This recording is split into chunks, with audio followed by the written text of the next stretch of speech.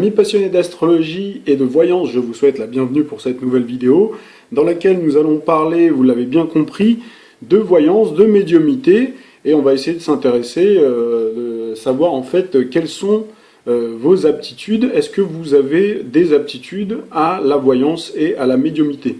Alors ce petit générique introductif, donc il fait un petit clin d'œil à la fameuse série Medium, donc, qui a contribué à populariser donc la médiumité, et notamment à travers son héroïne Alison Dubois, bon, qui a inspiré la série Medium, hein, qui est interprétée par Patricia Arquette. Et donc cette personne-là, si vous vous intéressez un petit peu à son histoire, donc vous verrez que comme beaucoup de médiums, hein, elle a découvert son don à la faveur, malheureusement, d'un événement tragique. C'était la disparition de son grand-père, et donc il lui a d'ailleurs demandé de transmettre un message donc à sa mère pour la rassurer, pour lui dire que tout va bien. Et donc c'est à la suite de cette révélation, bon, un peu plus tard, hein, qu'elle a intégré, après avoir fait bien sûr des études, avoir fait un parcours de vie, hein, donc qui lui a permis de s'insérer dans la vie active et d'avoir de l'expérience. Donc elle a obtenu ensuite, après une licence de sciences politiques et d'histoire à l'université de l'État d'Arizona, elle a intégré le bureau du procureur, où elle a mis à contribution donc ses intuitions donc au service de la police, du FBI, pour résoudre des enquêtes. Et il faut savoir que aujourd'hui encore, c'est pas forcément toujours révélé au grand public, hein, ça reste quelque chose d'assez secret, mais il faut savoir que les aptitudes des médiums sont utilisées pour mener des enquêtes, et depuis toujours, hein, les médiums sont mis à contribution, notamment à travers, avec les services secrets, comme par exemple le KGB à l'époque de l'ex-URSS, ou la CIA qui utilise les médiums, ou même par exemple, si on remonte encore donc un peu plus loin dans l'histoire, pendant la Seconde Guerre mondiale, on avait, que ce soit les Alliés ou surtout Hitler, était réputé pour utiliser des astrologues et des médiums pour essayer d'anticiper sur les manœuvres, les mouvements de l'ennemi. Et puis si on remonte encore plus loin, alors dans l'histoire, effectivement, les médiums et les voyants étaient souvent étroitement associés aux arcanes du pouvoir. Alors c'est vrai que dans notre société, quand on leur parle de voyance, de clairvoyance, de médiumité, de le monde de l'invisible, donc souvent ça fait souvent rire, ça suscite parfois même la réprobation, puisque c'est vrai qu'on est dans une société énormément basée sur le matériel, sur le palpable, sur la consommation, le consumérisme. Pourtant, on s'aperçoit que apparemment il y a des statistiques qui sont sorties et qui indiquent que énormément de monde finalement consulte. Donc en fait, beaucoup de monde consulte en coulisses, mais force est de constater que officiellement, quand vous interrogez les gens, personne consulte. Alors si certains tournent en dérision et méprisent donc ces aptitudes de médiumité, de voyance, donc il faut savoir que nos ancêtres avaient une relation beaucoup plus étroite avec ces perceptions extrasensorielles, et notamment même avec la nature. Donc cette relation étroite avec notre environnement et ce monde subtil développait plus aisément aussi les possibilités de perception et des capacités médiumniques, également les rêves prémonitoires. Alors c'est ainsi par exemple que les peuples amérindiens faisaient très attention aux signes envoyés par les animaux et la nature pour prévoir les événements. On se souvient tous par exemple que lorsqu'il y a eu le fameux tsunami au début des années 2000 à Phuket, en Thaïlande, les animaux donc avaient anticipé sur le cataclysme, donc le tsunami, et s'étaient réfugiés dans les hauteurs. Et effectivement, donc c'est vrai que les êtres humains n'ont plus encore ce réflexe justement pour faire attention à tous ces signaux que nous envoie la nature et les animaux. Alors il faut savoir que les mages, les druides étaient depuis toujours en Europe très souvent consultés, tout comme les oracles de la Pythie pendant l'Antiquité. Alors pourtant on se rend compte depuis quelques années, avec la déliquescence des fondements de notre monde, bâti essentiellement sur le rationalisme, il faut savoir que l'être humain a plus que jamais besoin de trouver des réponses à des questions et revient progressivement chercher ces réponses en se reconnectant avec les éléments naturels et puise une nouvelle force dans les phénomènes dits rationnels. Nous on se rend compte d'ailleurs en tant que voyants, médiums, et astrologues aussi, que il y a de plus en plus de personnes qui, au départ, au moment, dans toute leur vie en tout cas, vivent beaucoup sur le mode rationnel, hein, sur le mode solide, sur l'entreprise, sur le travail, etc. Et puis le jour où ce pilier s'effondre, et avec d'autres piliers hein, qui nous permettent de nous tenir debout hein, dans notre vie, que ce soit la vie familiale, la vie sentimentale, alors on voit ces personnes se diriger vers nous. Et d'ailleurs, vous observerez aussi que dans les moments les plus difficiles,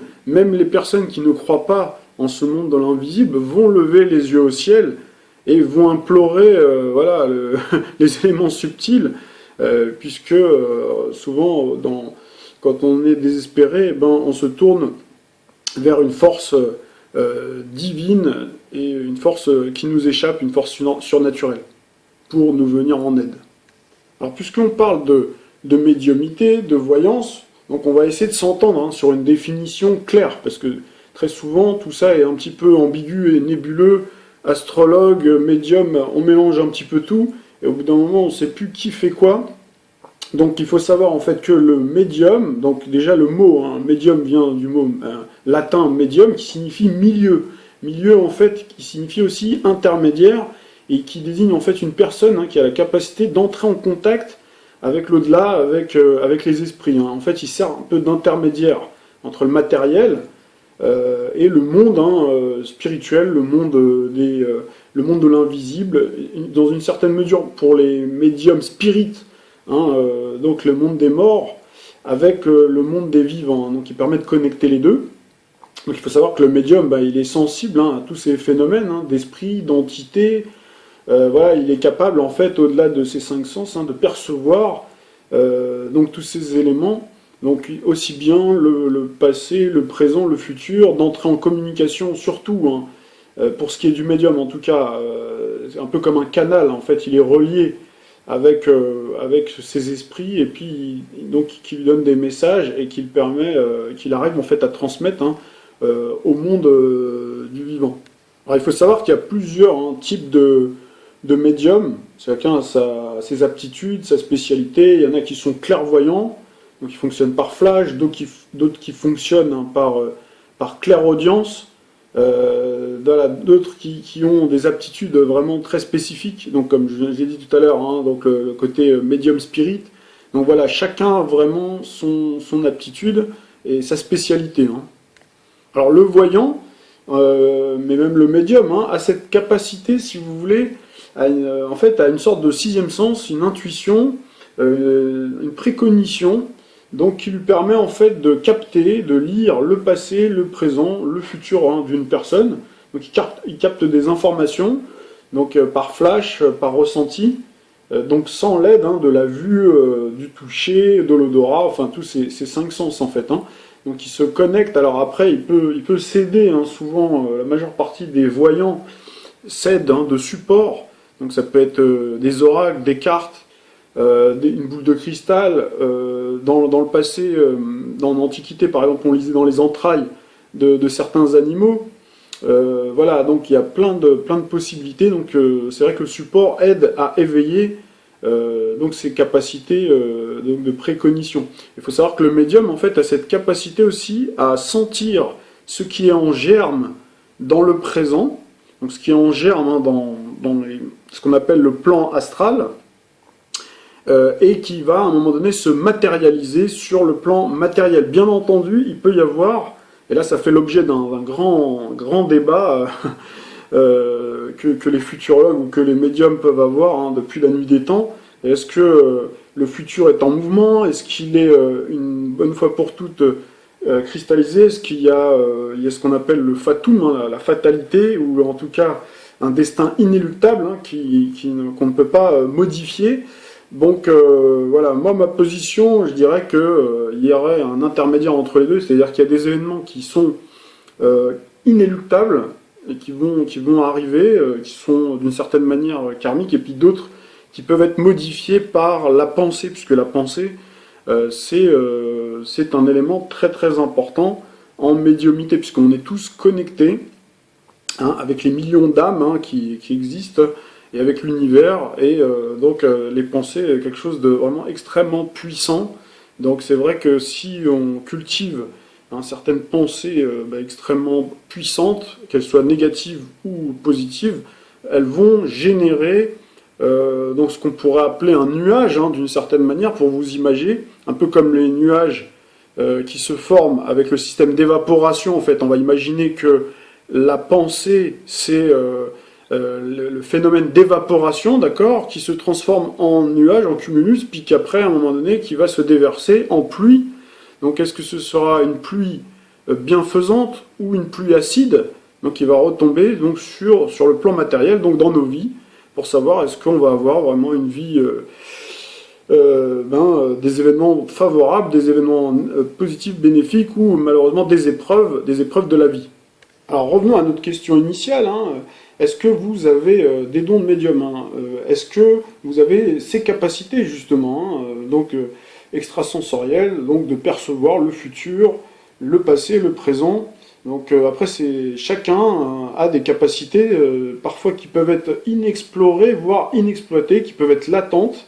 Donc certains sujets sont à mon sens plus réceptifs que la moyenne de leurs congénères, pendant que d'autres encore sont dotés de capacités hors normes et même supérieures au point d'entrevoir de manière assez stupéfiante les portes de l'avenir ou capter les pensées. Si on parle vraiment de télépathie par exemple, pour pas tout mélanger, les mieux gardées donc de votre mental, qui, comme je vous le disais tout à l'heure, peuvent être en germe aussi dans le présent pour produire des événements futurs. Alors l'outil astrologique, ce qu'on appelle communément la carte du ciel, qui est en fait grave dans le marbre céleste au moment de votre naissance, au moment de votre venue au monde, des positions des planètes, voilà, leur connexion, leur disposition donc, dans ce champ-là, dans ce diagramme-là, que vous voyez à l'écran, donc que vous connaissez si vous êtes des passionnés de l'astrologie, ou que vous découvrez si vous êtes complètement néophyte. Donc en fait, c'est un peu une forme de carte mémoire qui va nous permettre à nous, en tant qu'astrologue, alors l'astrologie, je le dis très rapidement au passage, ça s'apprend, c'est quelque chose en fait qui n'a rien à voir en réalité à la base avec la voyance, même si en réalité, si après on va beaucoup plus loin, et ça pourra faire l'objet un jour d'un débat, comme on dit souvent, les rivières parfois se jettent dans un même fleuve. Donc, effectivement, la voyance et l'astrologie peuvent avoir des interconnexions, et d'ailleurs, d'où notre discussion aujourd'hui, puisque grâce au support astrologique, vous pouvez avoir une lecture et savoir si vous avez de réelles aptitudes, ou en tout cas des aptitudes supérieures à la moyenne à la voyance et à la médiumnité. Alors, pour vous donner un ordre d'idée, en fait, c'est comme si on prenait l'exemple de la musique, donc vous connaissez tous Wolfgang Amadeus Mozart, donc qui a vraiment eu des aptitudes innées à la naissance supérieures à la moyenne au niveau musique. C'est pareil pour la médiumnité, c'est-à-dire qu'il y a des personnes qui vont exceller, il y a des personnes qui vont être des virtuoses, un petit peu comme on est un virtuose en musique, qui vont être médium supérieurs. Voilà. Après, tout un chacun peut apprendre, si vous voulez, si vous avez la volonté, vous pouvez apprendre à faire de la musique. Bon, vous ne serez pas comme Mozart, en tout cas vous aurez du mal à atteindre son niveau, parce que c'est vrai que là c'est vraiment des aptitudes supérieures, mais vous pourrez très bien jouer, faire, avoir vraiment la possibilité de bien jouer de la musique, tout comme par exemple si on prend l'image du football pour les sportifs, c'est pareil, vous avez des Zidane, vous avez des Pelé, vous avez des virtuoses du ballon rond, qui ont un don, après bien entendu qu'ils l'ont développé. Et puis il y a d'autres personnes qui jouent en division district, qui jouent en division d'honneur, qui sont de très bons footballeurs, mais à leur niveau. Donc voilà, pour la médiumnité et la voyance, c'est pareil, c'est-à-dire qu'on a tous des aptitudes, une intuition, encore faut-il après la développer et vouloir déjà en prendre conscience et vouloir le développer. Alors si on revient sur notre propos astrologique, s'il n'y a aucun signe astrologique dans l'astrologie tropicale, dite zodiacale, ne peut se targuer d'avoir des aptitudes supérieures aux autres, on estime toutefois que les signes d'eau, notamment Poisson, Cancer bien entendu, d'accord, le signe du Cancer, et également le signe du Scorpion, donc les 3 signes d'eau, ont des aptitudes supérieures à la moyenne par rapport aux autres. Alors à noter toutefois que le signe du Verseau, donc qui est pourtant un signe d'air, peut développer des capacités assez singulières. Hein. Le 11e signe du zodiaque et sa planète maîtresse Uranus, on en a déjà parlé sur précédentes vidéos, bien que cérébral et intuitif et prompt hein, à imaginer, à voir le futur, hein, puisque c'est le signe par définition du futur. Les Verseaux, hein, ou signatures uraniennes, hein, sont souvent des êtres visionnaires et à l'avant-garde hein, des idées et des projets futurs. Hein. Donc par exemple, l'inventeur de l'ampoule électrique, qui s'appelle Thomas Edison, hein, qui est né le 11 février 1847, donc dans une ville qui s'appelle Milan, mais c'est pas Milan en Italie, mais aux États-Unis, à 1h30, était Verseau ascendant Scorpion. Et donc il a inventé, comme vous le savez, donc, cette lampe qui nous sert encore aujourd'hui à nous éclairer. Hein, si on prend par exemple maintenant Bill Gates, donc quelqu'un de beaucoup plus contemporain, donc lui il est du signe du Scorpion, il est né le 28 octobre 1955 à 22h à Seattle, aux États-Unis, donc sous le double signe d'eau, hein, Scorpion, ascendant Cancer, et lui c'est un authentique uranien. Alors là je suis sur le thème astral de Thomas Edison, hein, donc la personne, l'inventeur hein, de l'ampoule électrique, et donc si vous regardez bien, donc bon, j'ai dit Scorpion, donc du signe du Verseau, avec une conjonction, quasi-conjonction, il y a quand même pas mal de degrés d'écart, mais une puissance, une valorisation en fait hein, au luminaire, donc c'est-à-dire à son soleil, donc qui symbolise l'énergie vitale hein, de Neptune. Donc Neptune, tout comme la Lune, donc Neptune c'est une planète d'inspiration, hein, une planète d'intuition, tout comme la Lune qui est également l'intuition, donc Neptune c'est un octave supérieur.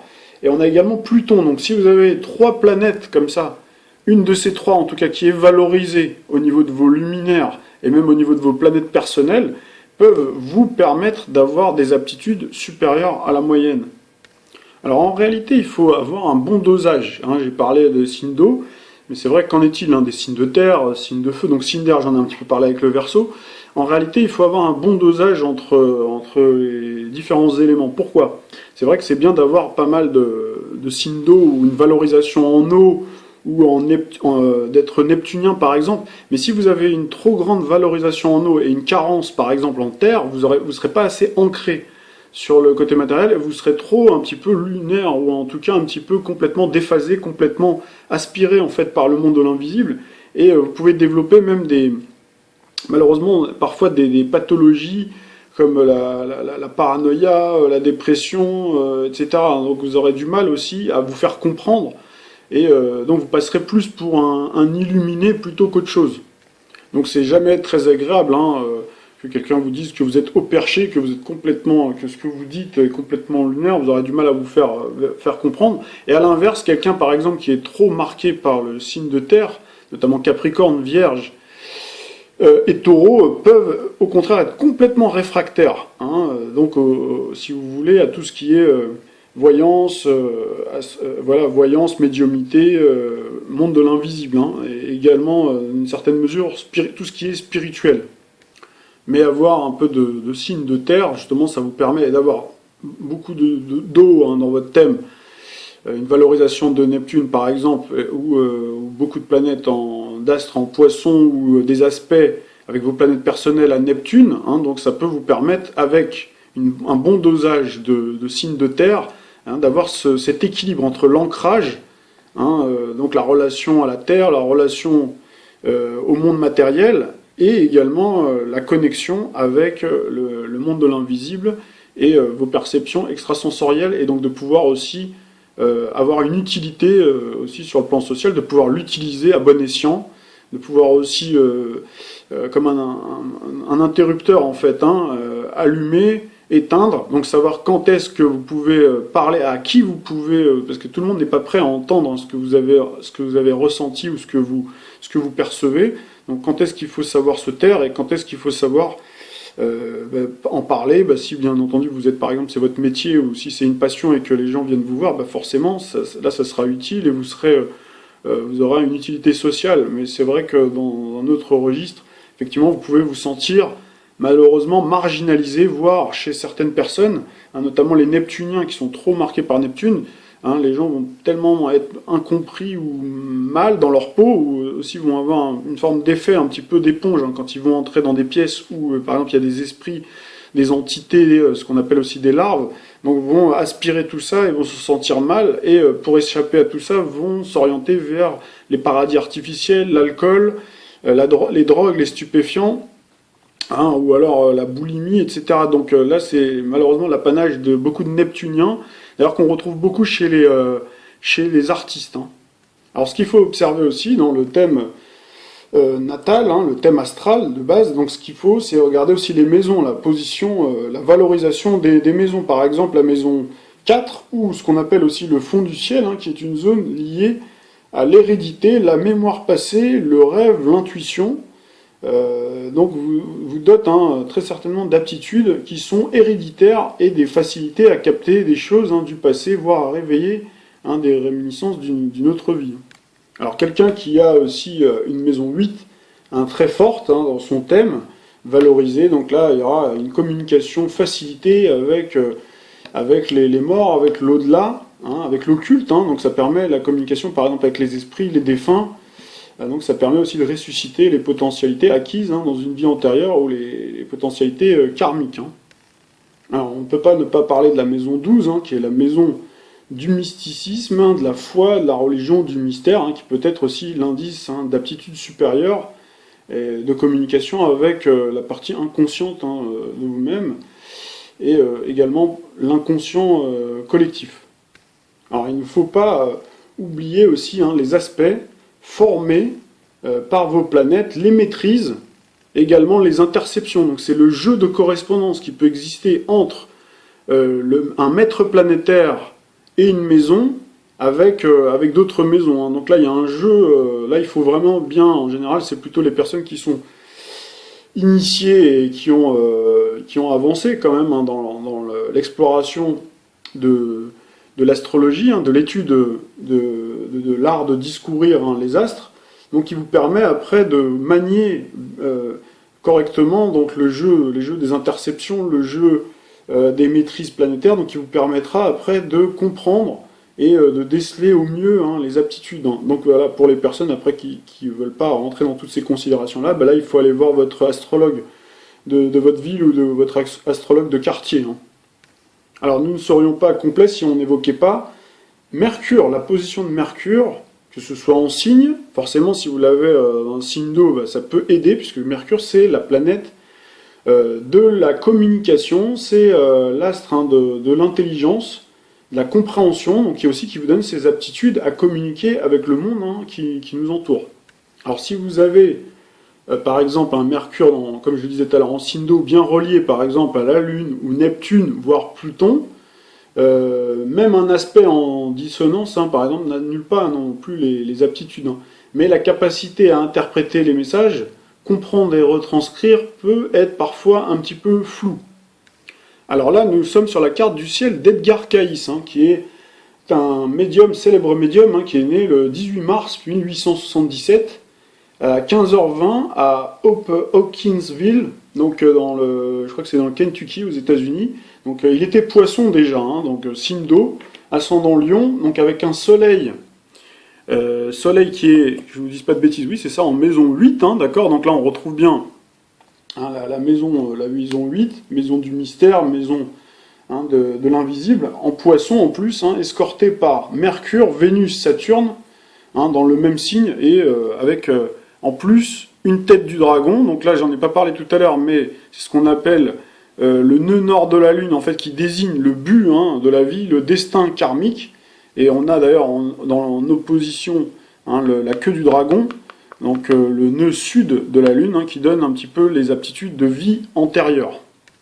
Alors ce qui est intéressant à noter chez ce médium-là, c'est qu'on a aussi Pluton, donc très fort, très puissant, donc qui est au milieu du ciel, le milieu du ciel qui correspond à la vie publique, le destin aussi, voilà.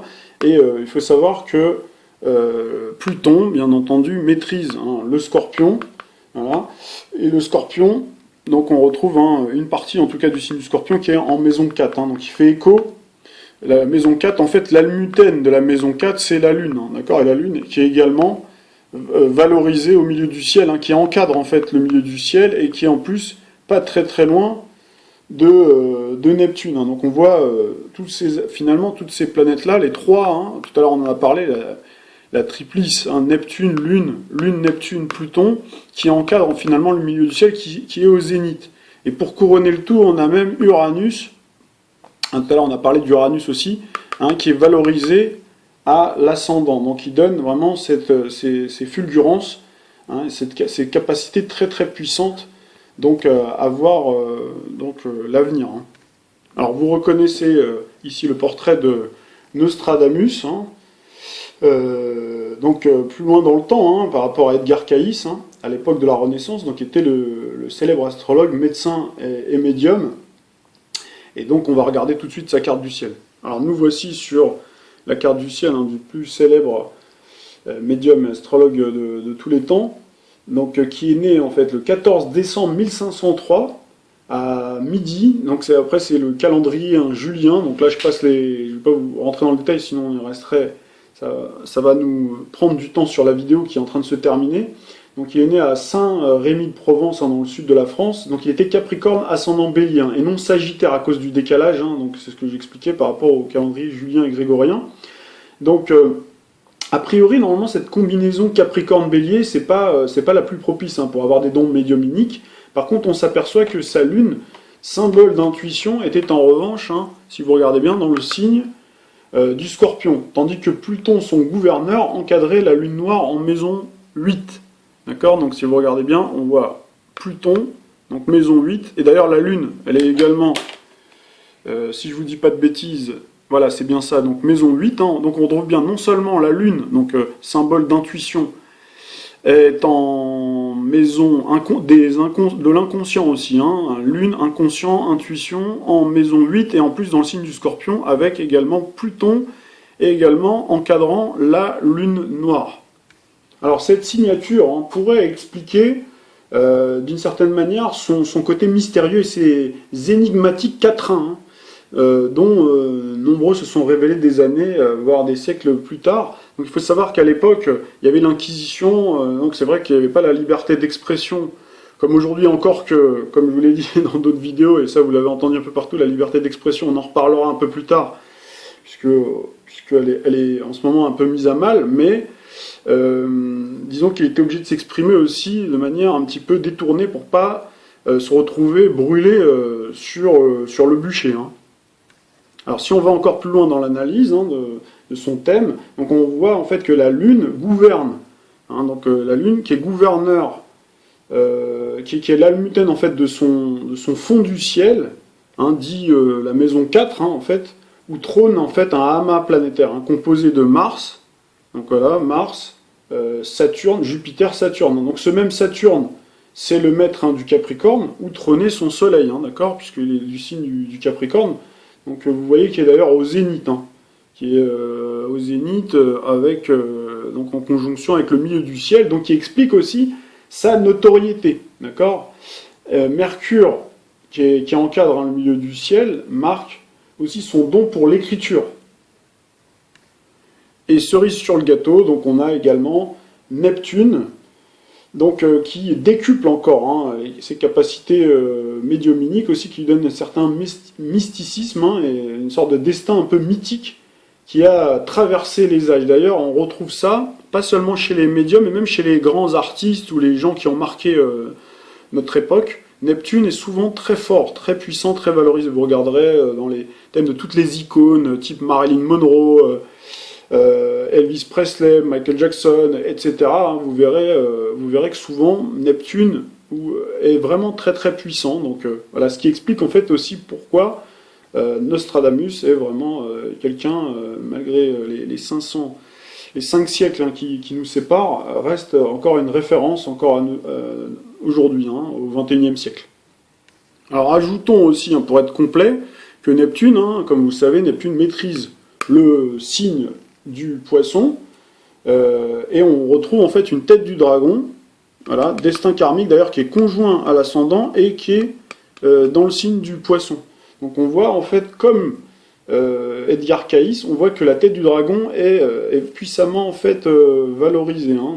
Donc ça veut dire qu'il y avait une prédestination pour avoir ces aptitudes-là. Alors nous arrivons à la fin de la première vidéo déjà, que le temps passe vite, donc je vous propose, si vous le voulez bien, de nous retrouver pour la deuxième partie de la vidéo pour poursuivre ce voyage à travers donc les aptitudes à la médiumnité et à la voyance.